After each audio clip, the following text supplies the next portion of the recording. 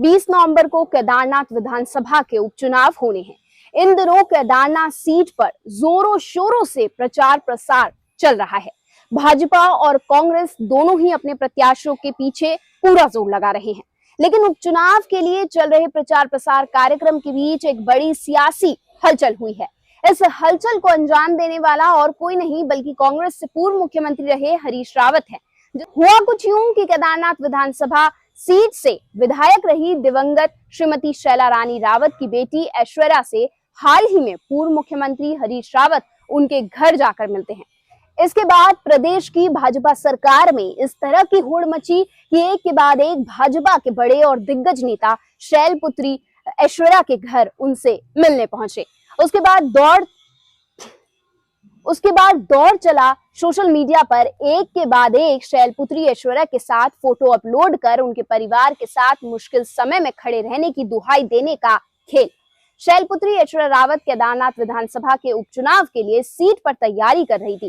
केदारनाथ विधानसभा के क्षेत्र में जहां ऐश्वर्या शैलपुत्री जैसे पोस्टर लगाकर जनता से सहानुभूति वोट बटोरने की कोशिश कर रही थी, तो इस बीच हुआ ये कि भाजपा ने ऐन वक्त पर शैलपुत्री ऐश्वर्या रावत के टिकट को काटकर 28 अक्टूबर को श्रीमती आशा नौटियाल को टिकट दिया गया और उस समय से लेकर 10 तारीख तक शैलपुत्री ऐश्वर्या से भाजपा के कोई भी नेता औपचारिक रूप से मुलाकात नहीं करते।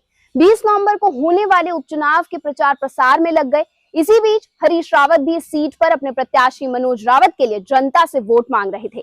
केदारनाथ में अगस्त्यमुनि से गुजरते वक्त हरीश रावत ने दिवंगत शैला रानी रावत के घर प्रस्थान किया और उनकी बेटी ऐश्वर्या से जाकर मिले।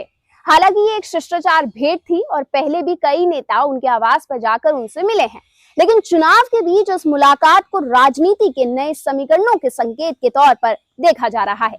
ऐसा इसलिए क्योंकि शैलपुत्री ऐश्वर्या रावत टिकट न मिलने पर उदास जरूर थी और इसका साफ अंदाजा उनके फेसबुक पोस्ट से आसानी से लगाया जा सकता है, जिसमें उन्होंने टिकट कटने पर लिखा था कि जब जुल्मों का हो सामना तब तू ही हमें थामना, वो बुराई करे हम भलाई भरे, नहीं बदलेगी ही भावना, मिस यू मां।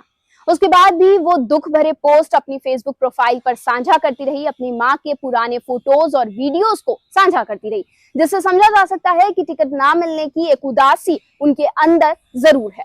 प्रदेश कांग्रेस ने शैलपुत्री ऐश्वर्या के टिकट कटने पर इसे एक मुद्दा भी बनाया था।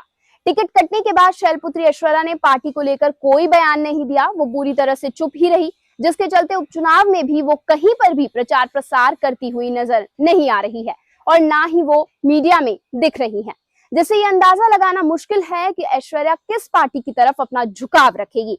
ऐसे में पूर्व मुख्यमंत्री हरीश रावत का उनके आवास पर जाना नए समीकरणों की तरफ इशारा कर चुका है। श्रीमती आशा नौटियाल को टिकट होने के बाद से शैलपुत्री ऐश्वर्या भाजपा और आशा नौटियाल के लिए चुनाव प्रचार में एक्टिव नहीं दिखाई दे रही थी। सोशल मीडिया पर अपनी स्वर्गीय माता शैला रानी रावत के पुराने फोटोज और वीडियो शेयर कर रही थी। वहीं टिकट काटने के बाद भाजपा भी शैलपुत्री ऐश्वर्या से कुछ खास संपर्क में नजर नहीं आ रही थी। ऐसे में कांग्रेस मानकर चल रही थी कि ऐश्वर्या रावत के समर्थक कांग्रेस को वोट कर सकते हैं, लेकिन हरीश रावत ने कांग्रेस की उम्मीद पर पूरी तरह पानी फेर दिया, क्योंकि अगस्त्यमुनि में हुई उनकी मुलाकात के बाद भाजपा पूरी तरह से एक्टिव होकर शैलपुत्री ऐश्वर्या रावत को लेकर सीरियस मोड पर आ चुकी है। जैसे ही पूर्व मुख्यमंत्री हरीश रावत अगस्त्यमुनि में शैला रानी रावत की बेटी ऐश्वर्या से उनके आवास पर जाकर मिलते हैं और अपने फेसबुक पोस्ट के जरिए जानकारी देते हैं, उसके कुछ घंटों बाद ही भाजपा प्रत्याशी श्रीमती आशा नौटियाल भी शैलपुत्री ऐश्वर्या से जाकर मुलाकात करती है। 28 अक्टूबर से लेकर अब तक के प्रचार प्रसार में आशा नौटियाल या फिर भाजपा को ऐश्वर्या रावत का ख्याल बिल्कुल नहीं आया था, ना ही उन्हें पूछा गया। लेकिन पूर्व मुख्यमंत्री हरीश रावत की मुलाकात के बाद श्रीमती आशा नौटियाल ही नहीं बल्कि भाजपा के अन्य नेता भी ऐश्वर्या से उनके आवास पर उनसे मिलने पहुंच रहे हैं। वहीं भाजपा की महिला मोर्चा की राष्ट्रीय महासचिव दीप्ति भारद्वाज भी शैलपुत्री ऐश्वर्या से मुलाकात करती है और अपने फेसबुक पोस्ट के जरिए ये दिखाने की कोशिश करती है कि शैलपुत्री ऐश्वर्या रावत पूरी तरह से भाजपा के समर्थन में है। अब उम्मीद ये जताई जा रही है कि अगले कुछ दिनों में भाजपा के और भी वरिष्ठ नेता ऐश्वर्या रावत के घर जाकर उनसे मिल सकते हैं और हो सकता है कि ऐश्वर्या जल्द ही अपने समर्थकों के साथ भाजपा के प्रचार प्रसार में एक बार फिर दिखाई देने लगे।